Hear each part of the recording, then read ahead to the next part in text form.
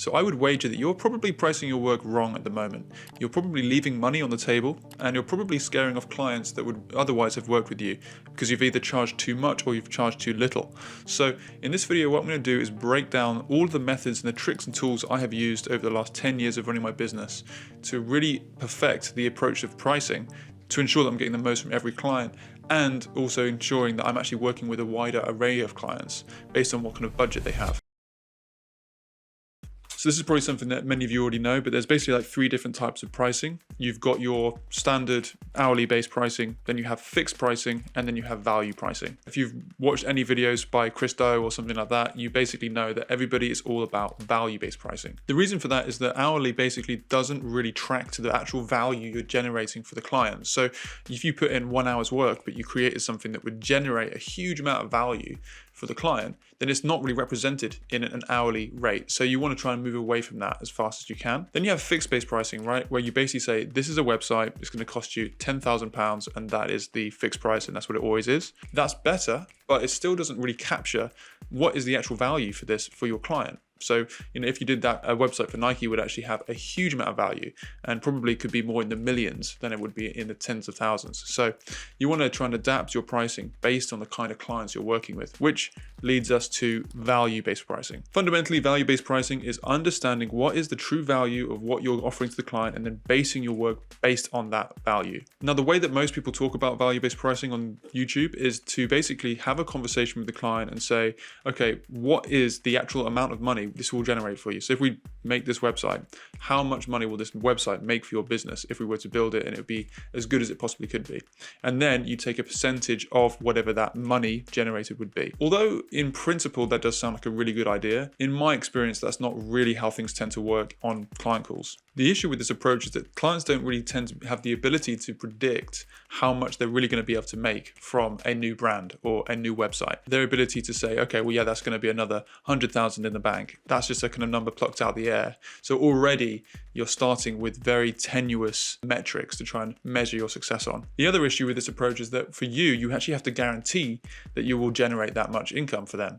And this is also a little bit shaky because what if there's other aspects of the business that influence this metric? Perhaps you create the best website ever, but someone on the marketing team does something that ruins their whole marketing strategy and therefore damages the business. Then, what's going to happen to your guarantee that you'll be able to make that much money? So you're kind of standing on quite shaky ground with this value-based approach. So for me, I suggest a second type of value-based approach where you understand not really what your specific job will do for the business, but more so understand what is the kind of scale of the client I'm working with. So am I working with a Nike or am I working with a local plumber? These are 2 very different types of businesses with different types of budgets, and a website is going to have a different impact for those 2. And so you can kind of imagine this on a scale between the kind of smallest business to the largest. And your job for doing value-based pricing is to basically understand where is your client on this scale. And there's a bunch of very simple ways to kind of find out where your client is along this spectrum of being a small business to a large business. I mean, for one, you can look at, have they recently had funding? So they've got 20 employees. They must be spending at least around kind of 30,000 for each employee. And this is probably about 10% of their total outgoings. You can actually use these kind of metrics to start to calculate what kind of business you're working with and therefore what kind of budget they'll have. You can also assess the size of the business by simply just looking at their site, seeing the kind of scale that they have. Do they have many customers, or did they start up recently and have only just had a few customers? So you can start to gauge a general feeling for how big this client is and what kind of value your offering would actually bring to them. Once you have that general idea, it's then time to jump on a call and start to have a conversation with the client where you're going to get more information and more data points for you to base your value-based pricing upon. So on this call, you're going to ask them a bunch of questions about their business, about their current situation, and also you're going to say, do you have a budget in mind for this project? This is really where the conversation can go in many different directions, right? Some clients will say, yeah, we have a budget in mind, it's going to be X, and we want to try and work within that. That's great. But most clients will say, actually, we don't really know what our budget is yet, and we're looking for you to give us a number, based on your experience, working in this industry. What would you say this should be? And at this stage, what I would say is best not to give them just a one direct, specific, flat number. Don't do the fixed price approach. Instead, take what you've already understood about the client, take your understanding of the size of their business, and then just give them a range of costs and say, it's going to be somewhere between 30,000 and 10,000 based on what I've heard you need for your business. Okay. And so what you're doing there, you're giving them a broad range of prices to work within. And so the reason for that is basically because this kind of service has a lot of flexibility. So for example, it could be a website, there could be many pages, it could be many animations and interactions, or it could be a simple one-page website. And what you want to do here is you always want to make sure you're stating the high price first and then the lower price second. And the reason why is because basically it makes the lower price seem more reasonable when you state a high price first. So always have the idea in mind of what your highest price would possibly be, and then state that one up front before you say any other prices. Following that, you just want to ask the client, is that kind of price range within your budget? Is that kind of what you were thinking for this project? And that's going to be very interesting. They're going to even say yes or no. If it is, then what I would say you do is then go to the next phase and say, well, great. I will then send you a proposal after this call. And on that proposal, I'll just break my pricing down into 3 different options.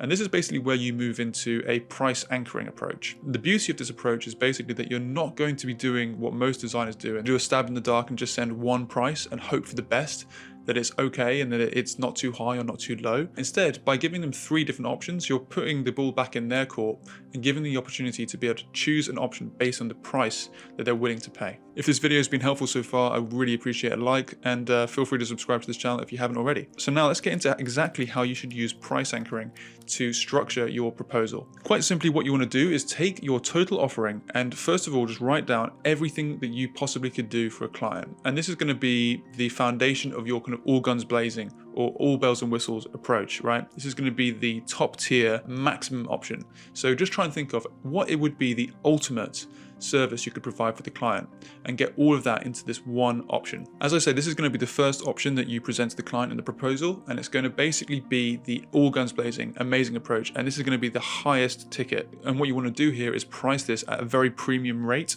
that is way above the other 2 options that are going to be in your proposal. The second option, you're going to do a standard approach. This is going to be just like the mid-tier, the usual kind of thing that you do for clients. And this is going to be priced at a pretty much standard rate that you'd usually charge clients. And then finally, you're going to have a basic offering, which is a very simplified, if it's a website, it'd be like a one-pager website. So super simple, just a logo, just a website, just something really, really basic. And you're going to charge that at a very low rate. And this is for people to say, okay, we don't really have the budget for this other stuff, but we'd love to get the absolute bare minimum just to get started. And so now you have 3 different pricing options, one with a very, very high number, the other with a kind of mid-level, and the other with a very low level, but it's also a very small amount of work for you. You send that to the client and it gives them the opportunity to then assess and say, this is where our budget is, this is the kind of thing we want, and they can then make the choice, rather than you just basically sending them one number and it either being way too high for them or way too low. And so by doing so, you're not going to leave work on the table and you're going to be able to maximize what you can earn from each project. The final thing you want to do once you've chosen an option is to send them a 50% invoice up front. This is really the final key to making sure the client is taking the project seriously and they're giving it their full attention. Now, if it's your dream to run a one-person design business, there are a couple free tools I'm excited to share with you. First is my brand discovery survey. This is what I send to my clients at the beginning of any engagement.